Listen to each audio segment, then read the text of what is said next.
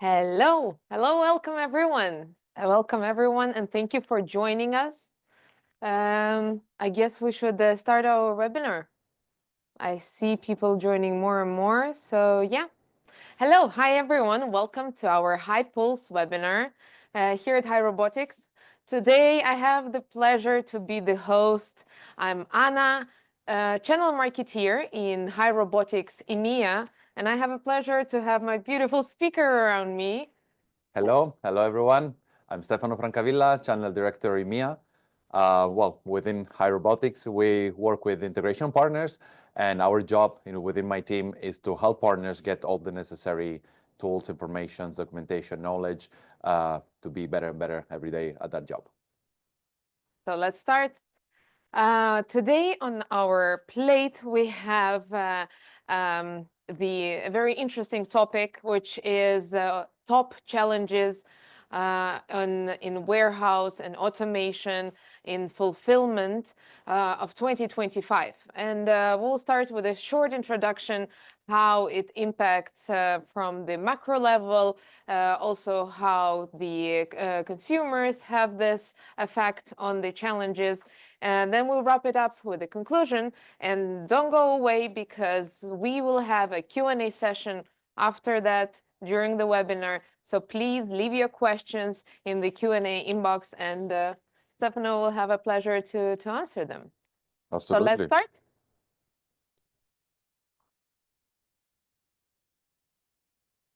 Problems? Oh, yes. There we go. So most of you are already familiar with who we are, what is HiRobotics. However, I'd like to emphasize that yes, we are leaders in automated storage and retrieval solutions, because we have already employed and signed 3,500, more than 3,500 robots around EMEA. We try to expand more and more, and you can see our projects around 18 different countries. Also, we, together with our partners, we are trying to expand also our team to help best to our customers. Our offices are located in 3 different locations. However, the headquarters is established here in Hoofddorp, Netherlands, where actually we, right at the end of the webinar, we'll have a fire alarm drill. So please don't be scared. It's just a little noise that will be around it, because we're on fire. Yes. We're famous for our technologies, and I guess Stefano will have a pleasure to tell us a little bit what we have on the plate. Absolutely. Well, HiRobotics is famous for goods-to-person systems. So historically, we started our focus in small piece picking handling. So that's where we started with HiPick System 1. Then we expanded with HiPick System 2 that offered the possibility to handle as well pallets or oddly shaped goods in combination with piece picking. So the beauty of this system is that the operator at the same workstation can receive both type of goods, palletized goods and goods on cases at the same workstation. We expanded then our offering with HiPick System 3, only focused on piece picking. And then the latest addition to our portfolio has been released in February, and was the HiPick Climb. So a new way that we propose to solve the challenges within warehouses. So a different option in our portfolio. These options complement each other. It would be very expensive to speak about it in detail, but let's say that the different systems complement each other. Thank you very much. That's indeed our portfolio, and let's dig into how we can face the challenges and what 2025 brings to the market. So 2025 has already started, and the warehouse and fulfillment are facing already the challenges that the market brings. Also, these 5 years, we have faced so many different macro challenges that the financial market, together with the pandemics, with the wars, with the inflation rates, Tariffs. Yeah. brought to the table, and that not only businesses have faced it, but the end customers. And according to the statistics, it's almost 85% of the population of the supply chain leaders are now trying to or increase their budget in technology, or they have already planned it for this year. How this affects the warehouse automation and the industry in general? Absolutely. So this has a very huge impact because warehouse, well, in more in general, supply chain managers have the constraint of still providing service to their customers. So because customers will see that have shown a behavior which is highly influenced by the way in which the supply chain is able to serve them in terms of different aspects. So that's one thing, one pressure they have to face. But on the other hand, the disruptions you mentioned, Anna, are a problem that they have to face and react on a daily basis. And sometimes, depending on the operation, but an increasing amount of operations are finding in automation the answer to face these challenges. So they're moving towards a concept called adaptable fulfillment strategies, which means they, instead of reacting to challenges, they try to anticipate and predict the challenges and the switch and change of behaviors of their customers. So they are moving to these adaptive and predictive fulfillment solutions. This is enabled today more than it was before, because today data are collected to a level and to an extent that was not done historically in the past. So companies have knowledge about how their customers, or what is the behavior of their customers. And that knowledge is one of the two things that they need to be competitive on the market. But that knowledge is in the data domain, but they need action capability in the physical domain. So if they are able to predict that there is a shift in behavior of their consumers, let's say, for example, from B2B to B2C, if their operations are not able to adapt and they're not able to act on that knowledge, well, that knowledge is meaningless. So they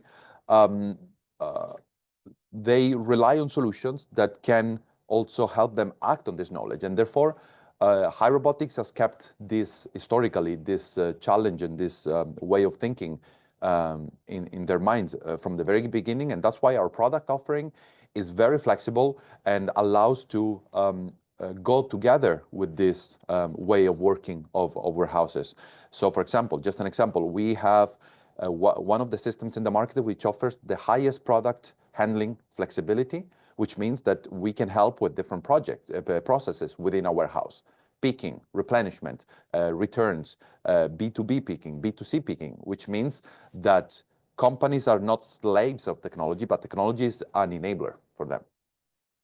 This is beautiful that we are already within HaiRobotics are concerned about the fact that we can face the challenges by having the data from the end customers and act on it accordingly. Absolutely. That's a beautiful adjustment.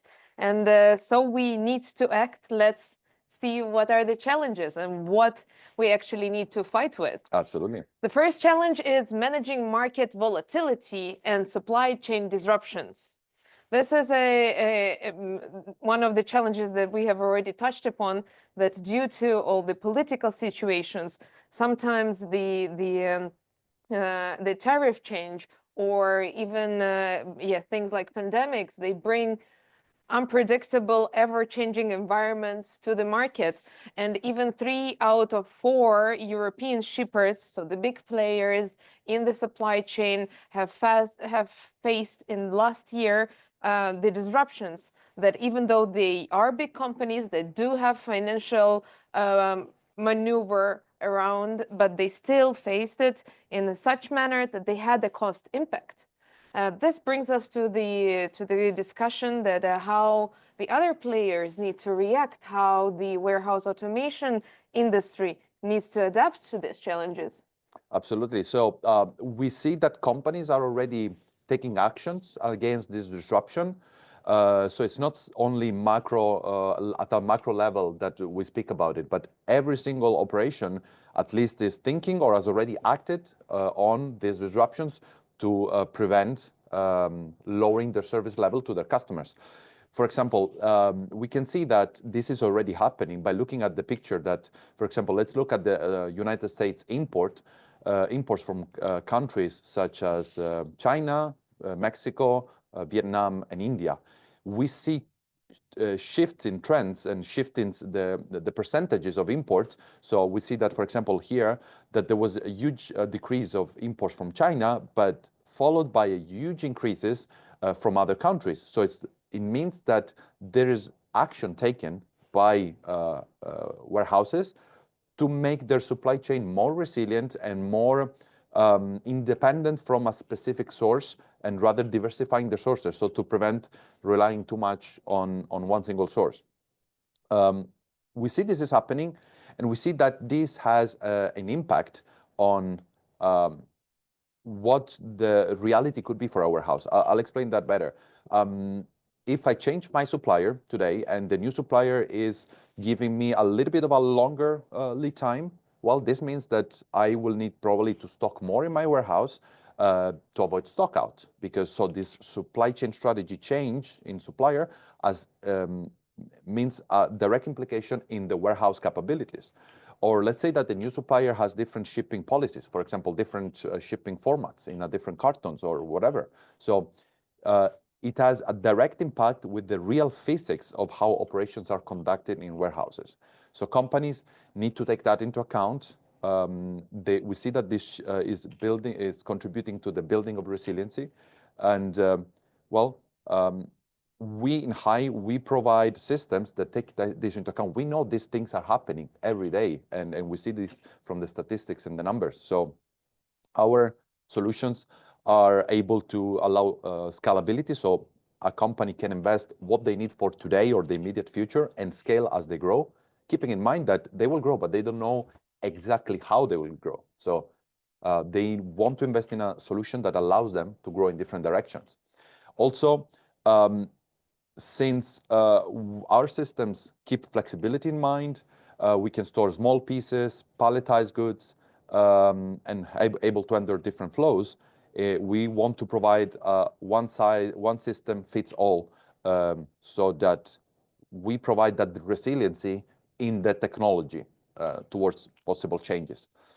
And also we see that changes are not only externally happening for warehouses, but also internally, because they have seasonal sales, flash promotions, sometimes economic upturns. They can trigger an adjustment in the way they conduct operations, and therefore they need to be able to have a solution which adapts to all of this. Great that within Hai we already can try to fit into the potential pitfalls, so that we were prepared for them. Absolutely. If we move forward, there is the next challenge that appears on the horizon in 2025, and it's keeping up with the technology without overcommitting. This is a beautiful, not so beautiful challenge that actually brings to the point that where a lot of supply chain leaders, while had their investments in the very rigid systems, it's almost 69% of them that felt that it actually did not really pay off. This is not the best news that you can hear after having big financial commitments. How does the industry faces these challenges if it comes on the horizon on their path? Yeah, so you expressed it very well. Companies are afraid that, okay, I have some challenges today, I will invest in automation, but I know by experiences, but that my future will look different from today. In which direction? I don't know. That's the challenge. That is actually a challenge. And the fear, therefore, is to invest in systems which are rigid and will become a cost rather than an added value. So, the driver for these companies to feel safe in terms of automating their operations is to invest in scalable and flexible solutions. Again, it's kind of a buzzword, but that can adapt along the changes in their business scenarios. and that in the moment that it will be adapted and expanded as needed, this can be done without disrupting the existing operation, so that you don't need to switch off your whole automation because you're expanding. If you can plan it in advance, you can expand without disrupting the existing operation, and therefore they can afford to have a phased deployment that allows them to phase the investment, and therefore, as the automation provides savings, those savings can be reinvested in expanding even further. This was the case, for example, of one of our customers called TME, or Transfer Multisort Electronic, an electronic distributor that they knew that they were going to grow. They knew that they were going to require additional space. So, but they didn't need it from the very first moment. So what they did is actually something that reflects the very high degree of flexibility and the different possibilities that we have to provide scalability. So they started with the high storage area that you see here in the picture, and they already knew that they would need additional throughput, so their capacity of storage, sorry. And then what they did is they purchased a racking up to 12 meters, but they only purchased robots which allowed them to stock and pick at 10 meters of height, because they didn't need the full storage capacity. So they reduced the investment in these terms. Then when they needed extra capacity, instead of increasing the rack locations, they purchased robots able to pick at 12 meters. So suddenly they unlocked 2 extra meters of storage, so 20% extra storage capacity, by adding more robots rather than more rack, which could seem counterintuitive, but there's an explanation which I just gave you. And also, they planned also 2 other additional extensions, extension A and B, as you can see here. And extension A is attached to the existing system, but can be deployed almost independently from the existing system, and then in non-active moments, they can be connected.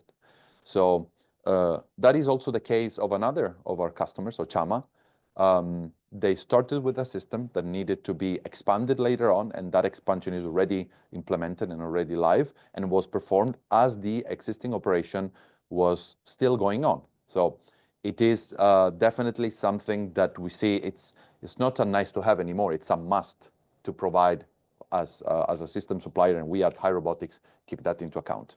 Great that there is a definitely future outlook for the investments like this, and that they can also impact on the better ROI calculation afterwards. That you don't need the entire sums of money, and we have already covered it once in one of the webinars, how we perspect that the ROI calculation and how the investments can be gradually increasing, also with examples of TME and Ochama. Yep, Thank you. absolutely.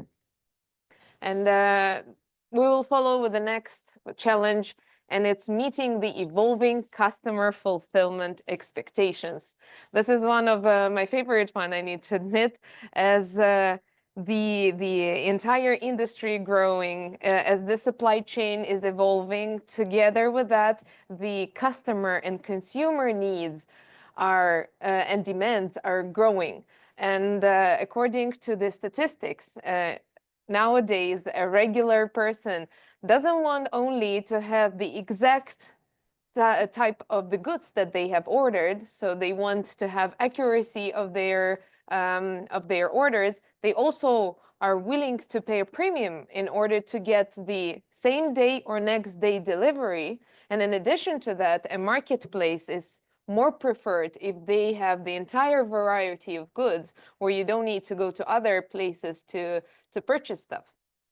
This brings us to a challenge that fulfillment and warehouses face.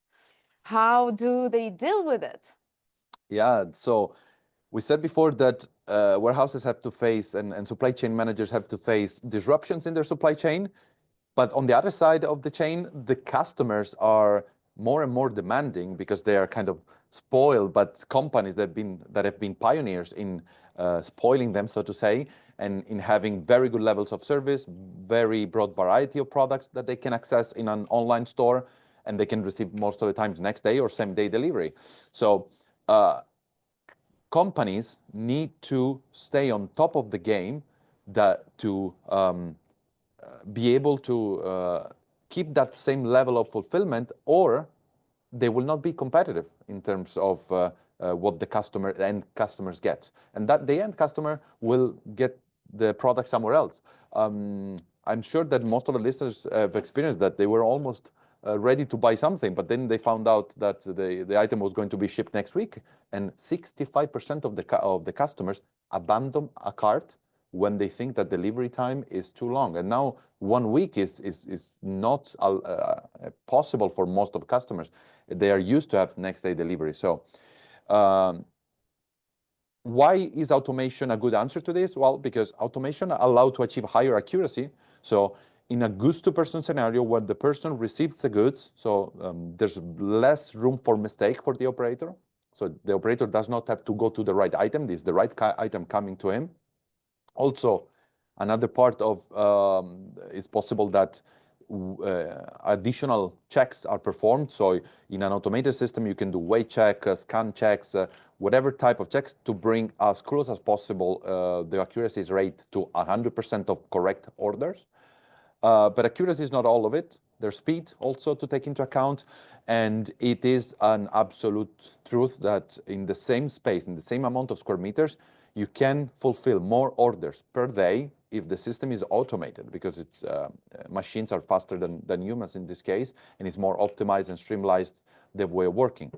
So the last point is variety. Variety means having a lots of SKUs in the same warehouse, meaning lots of storage additionally to what they may need with less SKUs in storage. So automation allows to tackle all of those 3 points. So accuracy, as we said, speed, but also being able to fit more locations in the existing space without having to relocate. That was the example, again, of TME, our customer. We had to stock there 150,000 SKUs while maintaining a high throughput. That was vital for them. And I would say that the only way you can achieve this is through automation. So automation is the technological enabler to give the customers what they want: accuracy, variety, and speed. And so that's why it's such a big topic and such a hot topic today. Well, I hope the stores that I order from do use our automation. And if we go to our next challenge, I would like to link it to the previous one, that the warehouses need to adapt not only to consumer needs, but also adapt to the urban logistics and the last mile distribution needs. So it's we just covered the fact that the consumers are willing to pay almost 10% premium for the solution that comes to them next day, Yeah, or within an hour even. This brings us to the fact that the demanding consumer also lives around the urban areas. yes. And as the statistics mentions, almost by 2050, 83.7% of population of the Europe will reside in the urban areas. Yep. This makes the capacity for the warehouse very small, because the urbanization does not really allow to build the big 12-meter warehouses anymore in the city center. How do they face it? Yeah, that's one of, as well of the key and hot topics today's in intralogistics. That is supported by numbers, because we see that in the 5 years from 2024 to 2029, the aggregate growth rate of the micro fulfillment market is approximately 47%, which means that companies have realized that this is a huge market, underserved market, still immature, I dare to say, where I would say companies which are pioneers in this and find a good way to improve their logistics to serve all of these urban customers will find a way to serve 80% of the customers of European Union by 2050. So it's a very hot topic today. And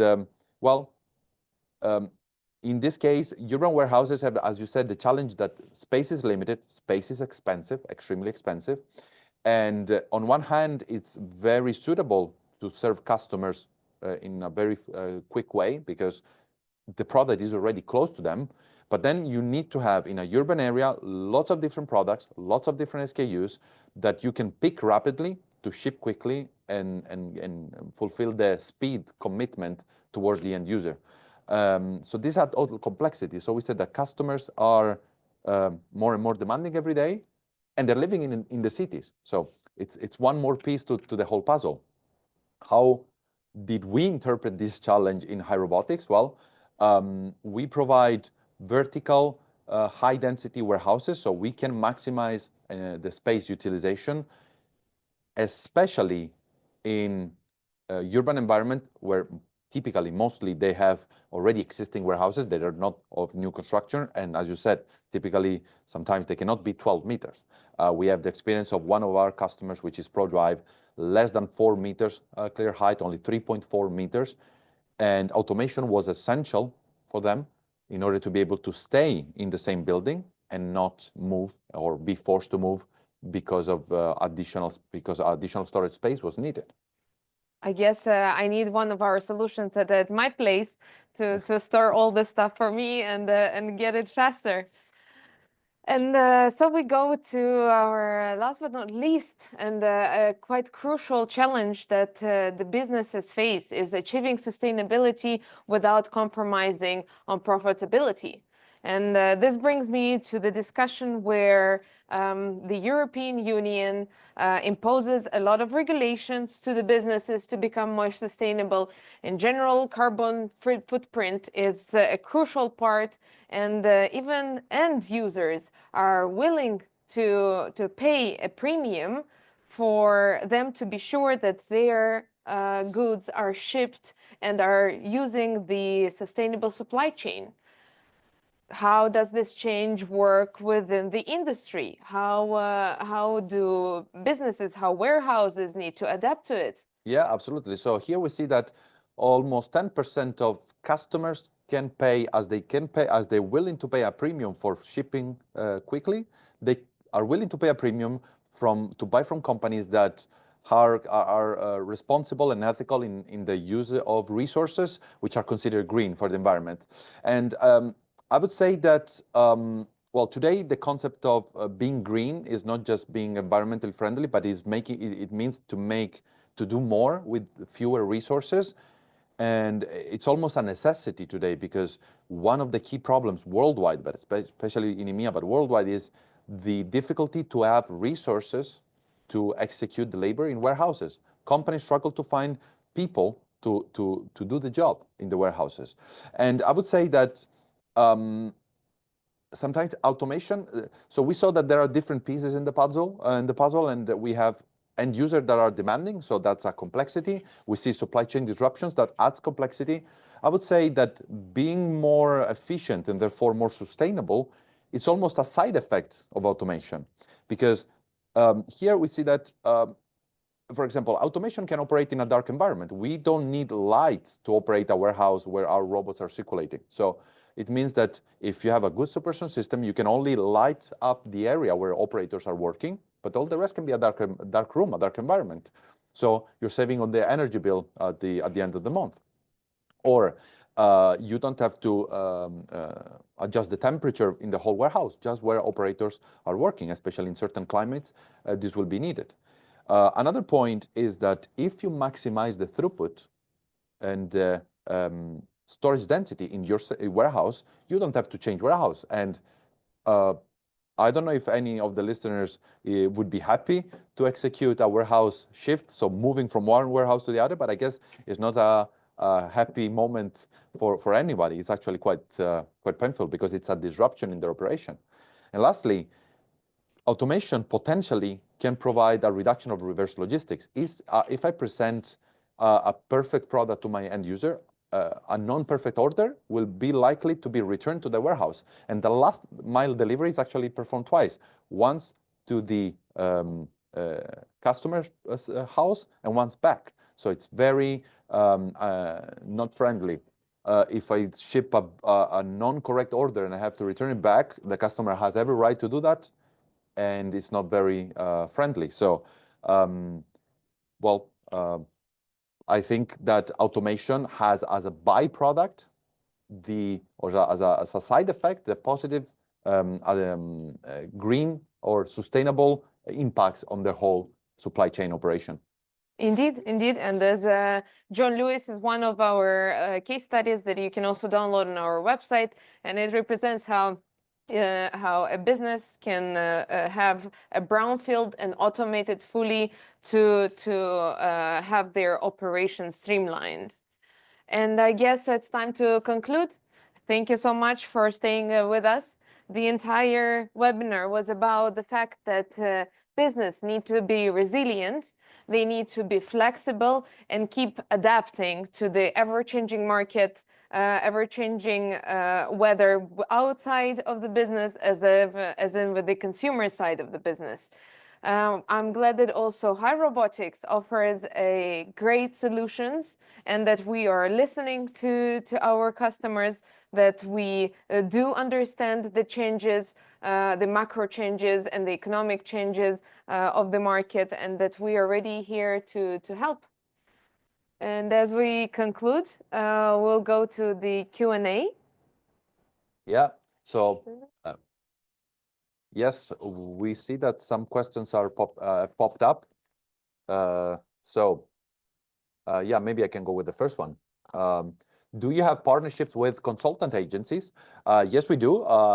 We strive to making them knowledgeable about what is our offering, because in the end, it's one solution that can really solve real problems for warehouse operations. So consultants are most of the times the front door for end users that or warehouses that do not know what automation is the good one for them, and they want to understand if that specific automation could be a good fit for them. Well, consultants most of the times are the front door, and we collaborate with them. We make them aware of what our product offering is. We give them training, so we collaborate with them, and absolutely, that's something we do.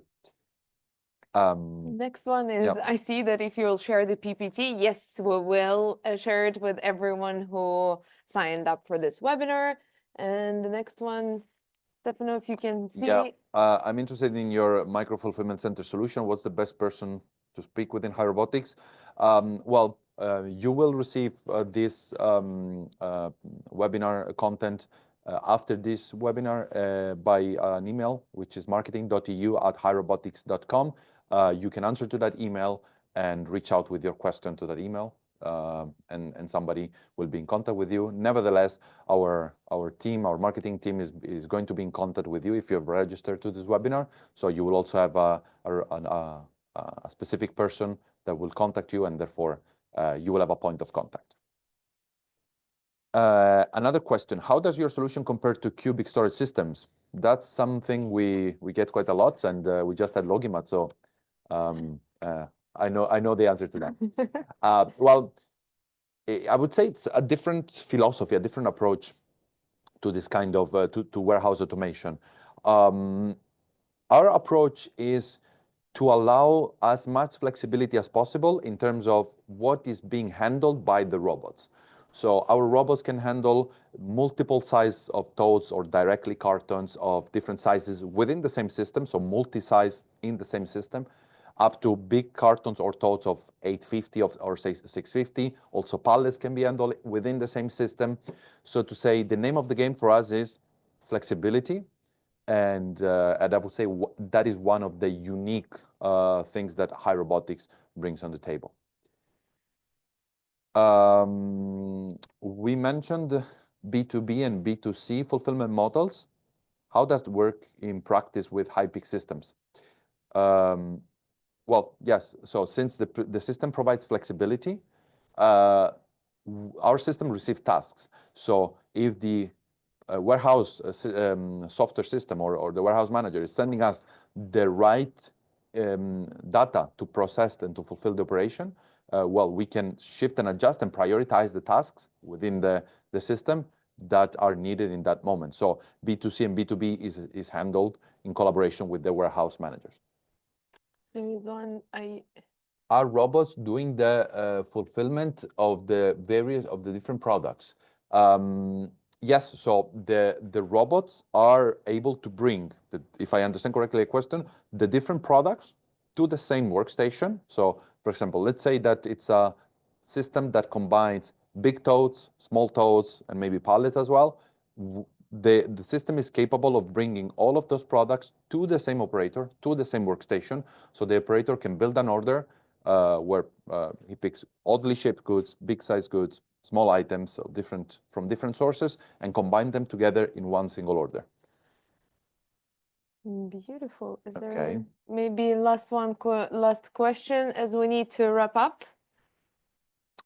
We have an existing warehouse. We want to retrofit with automation. What kind of ROI we can expect? And how disruptive is the implementation process? Yeah, of course. When we talk about existing sites, of course, we need to investigate the specific story and the specific operation which is going on in that site. So I would say disruptive. We can minimize the disruption that we cause on the warehouse by correct planning. Of course, first we need to do an assessment, kind of a triage of what the operation looks like, what it's doing, and what space can be made available for the installation to go on as the operation is still run. And in terms of ROI, well, it really depends on the specific costs that are sustained at that moment, what operation is helping with. I mentioned that sometimes our systems help with picking, sometimes with replenishment on picking mezzanines and picking towers. So depending on the current efficiency and the expected future efficiency after automation is implemented, the ROI can be considered. So, of course, feel free to reach out if you want a specific evaluation. We have a whole team of consultants which help with specifically these questions. We understand it's a complex world to navigate. That's why we put experts. We have solution consultant experts that can assess a case, help with a quick evaluation, and check if there's a possibility of return of investment for a specific case. So feel free to reach out. Exactly. And we are concluding here. I would like to invite everyone who is following us to the premiere, to the debut of HaiPulse Lime on the French market during CITL in Paris from 1st to 3rd of April. Please scan the QR code, book a meeting with us. Bienvenue chez notre booth at CITL. And thank you so much for joining today. Thank you for being engaged and asking questions. Thank you so much, and see you in the next webinar. See you.